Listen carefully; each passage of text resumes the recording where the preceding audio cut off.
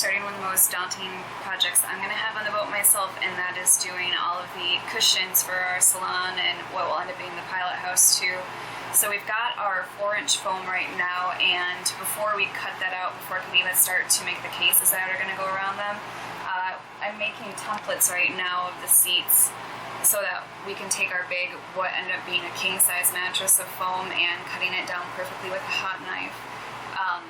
So right now I'm just taking like this brown painter's paper, like the really thick kind of construction paper stuff, and I'm laying it out and tracing it exactly where we want the different sections of like the cushion to end up on the seat. So once we get that done, we'll transfer that to the cushion itself, to the mattress, and then I'm going to take a hot knife and start cutting it down from there. So I'm going to be really, really meticulous that hopefully once the cushion is cut, then it's just ready for sewing. So we'll see how that goes.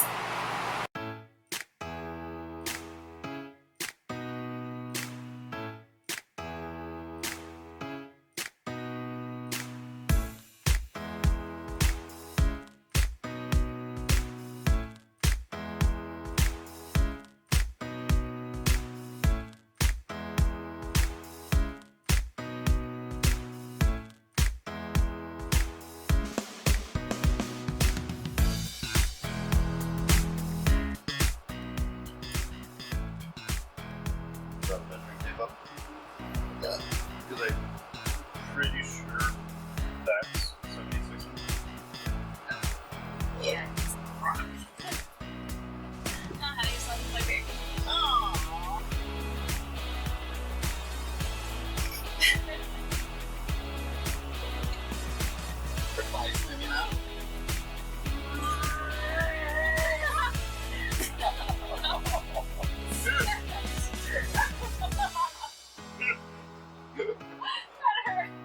That's not me. That's my ass. Well, no, you like landed on my knee. I know.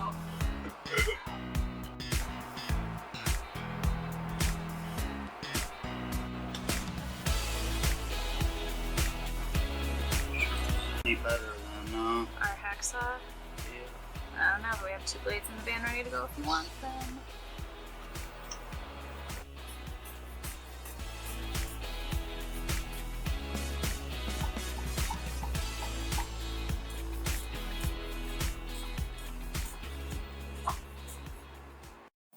After about a half a day spent working on the cushions to get the templates on top of them and cutting them with our hacksaw, we were very pleased to find out they all fit exactly into the spots they're supposed to go in, which just left me with having to sew the cushion covers.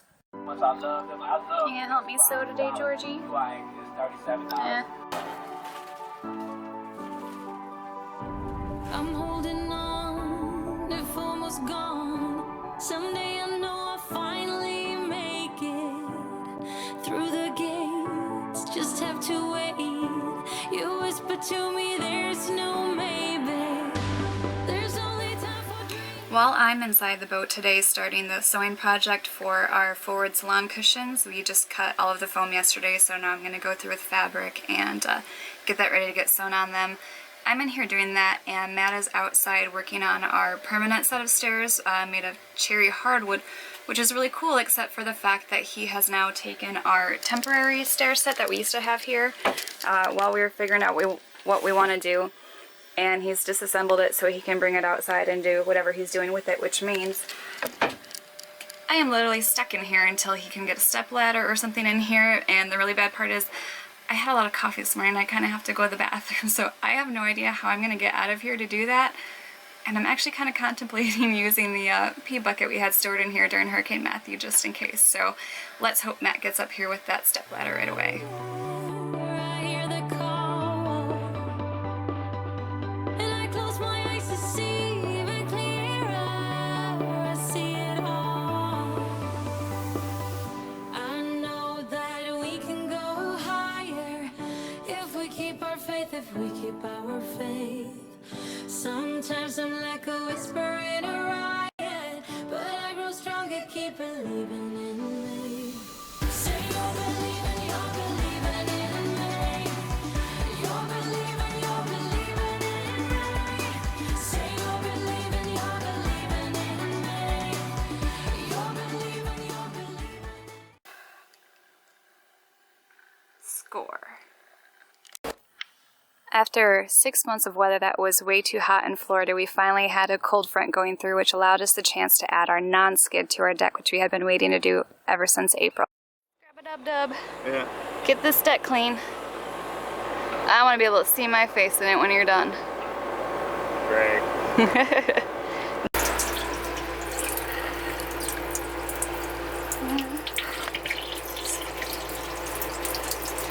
Our boat has a hole in it. We need to get this welded soon. Well, after months and months of waiting for the weather to finally turn and us to get winter back in Indiantown, we were finally able to put on our layer of Kiwi grip, which is our non-skid for on the deck. What we had to do to get to this point is we had to apply Petite Alumina Protect. Those 2 layers of that, and then we use Interlux's Inner Protect, and we basically did 2 or 3 layers of that, which acts as a barrier coat then, and then we waited and waited and waited and waited until the weather finally turned, so we had some cooler weather, so we could apply this. Once that was done, about 6 months later, we then sanded it back down a little bit, just got off basically the top layer of Inner Protect and applied 2 more layers of that. So it gave us a total of roughly about 5 layers of Inner Protect on 2 layers of Alumina Protect to add as a good bonding agent. Then, once the weather finally cooled down, we ended up taping it off. Just spent 2 days taping it off basically to get these nice curves and the nice edges here using a fine line tape.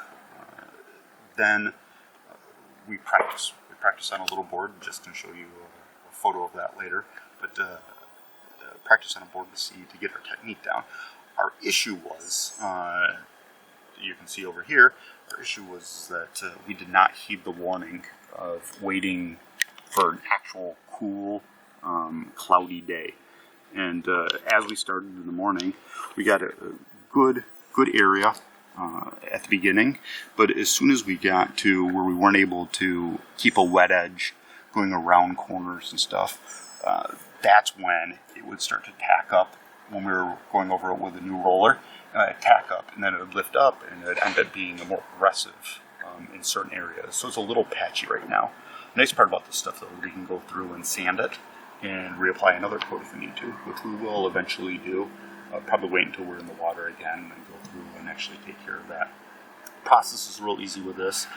You take a notched trowel and spread it on so it's a nice and even coat, and then all it is going over with this textured roller, and that's how we end up getting our texture. So it's actually in this gel-like paint, and it's not an additive. It's not something that you add little rubber particles or sand or grit. But the reason why we chose this is because we can make it more aggressive.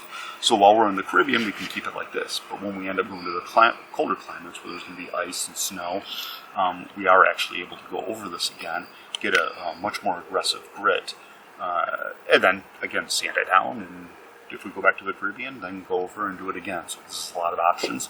The other nice thing, too, is you can keep these as long as they don't freeze. Usually you can keep them for a couple of years.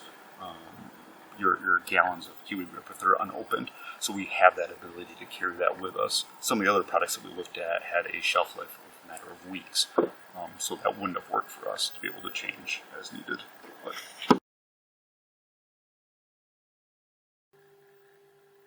the project I've been working on the past few days, and unfortunately kind of failing at a little bit, has been to make the covers or the cushions for the foam that we had just cut the other day. The material that we're using right now is called Brisa, and it's a really tough wearable fabric. If you know anything about fabric, it's got like 200,000 double rubs, which means that you can like sit on it and move it around for years, 200,000 wears before it starts to show any kind of wear or tear. So that is what we're working with right now. As you can tell, it's a grayish color, which kind of changes in the light to almost a little bit of a brown hue, sometimes purple. It actually wasn't our first choice for a color. We were going to go with something either like a really dark blue or a sterling blue, but the price of Brisa is quite expensive.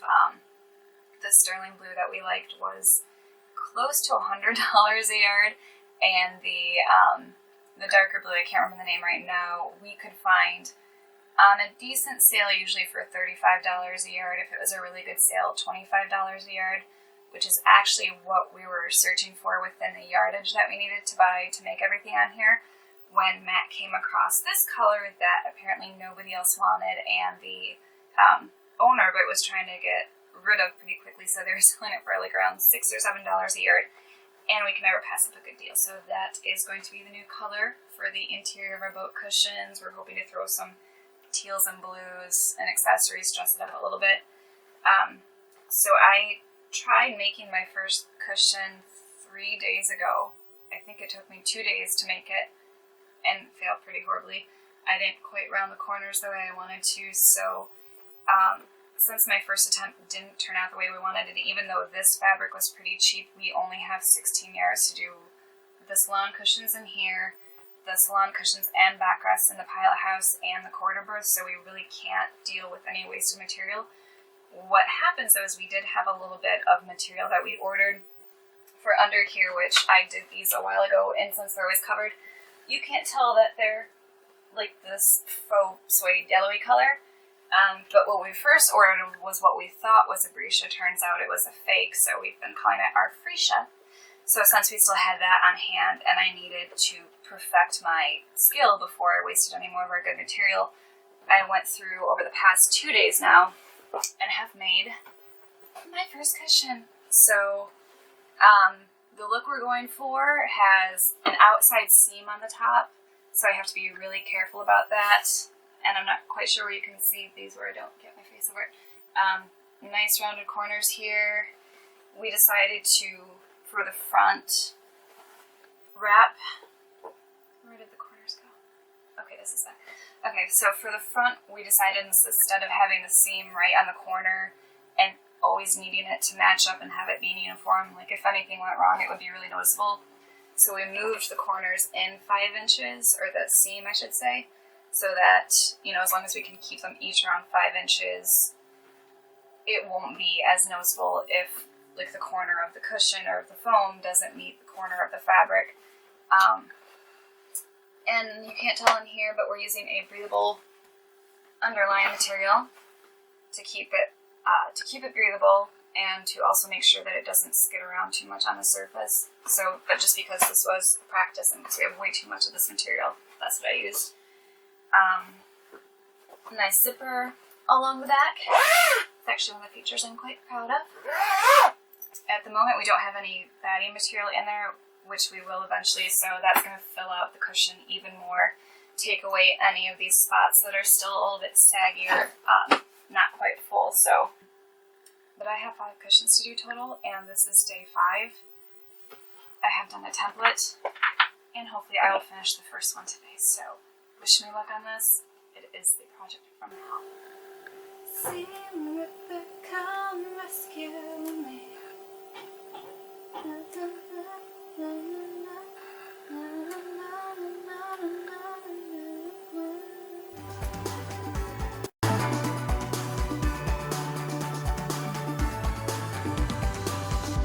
Still holding tight through every fight, 'cause sometimes I can see through the echo of every day, always the same.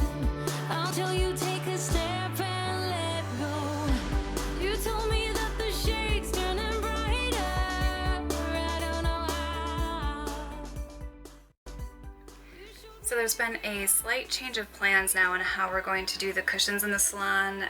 Just a few minutes ago I was describing how we were doing a stitch on the outside on the top and rounding the corners, and after my template came out better, I went back to do it on the Brisa again and really failed on that. It just wasn't working out. So Matt was actually about to outsource my work to someone who actually knew what they were doing, but since I had already cut the fabric for the next piece I was going to do, I let him just let me finish that one up to see what would happen, and it actually turned out a lot better. So now, instead of having that outside seam, we're going to have it just sewn underneath together like most things are. And here is that cushion, which actually turned out much nicer. Very happy with it. I actually even got a nice corner there where it rounds around for the bulkhead, so We still haven't ordered the bat and material to really fill it out yet. I think we're gonna let the Brisa kind of stretch naturally over the next week or two, but I will keep working on these, and within the next episode I think you'll see a finished product. Thanks for joining us on our latest episode. I know most of it was featured on the sewing that I was doing inside, which I didn't even get close to finishing, surprisingly. So that will probably continue on for another episode, possibly even two, and then we might even feature Matt doing a few things once I go back to being his little assistant every day. So just stick around, and as always, you can support us on Patreon. Find us at MJ Sailing, and once I have time to sit in front of a computer, I might figure out how to put up an end card with a link getting there. So until next time.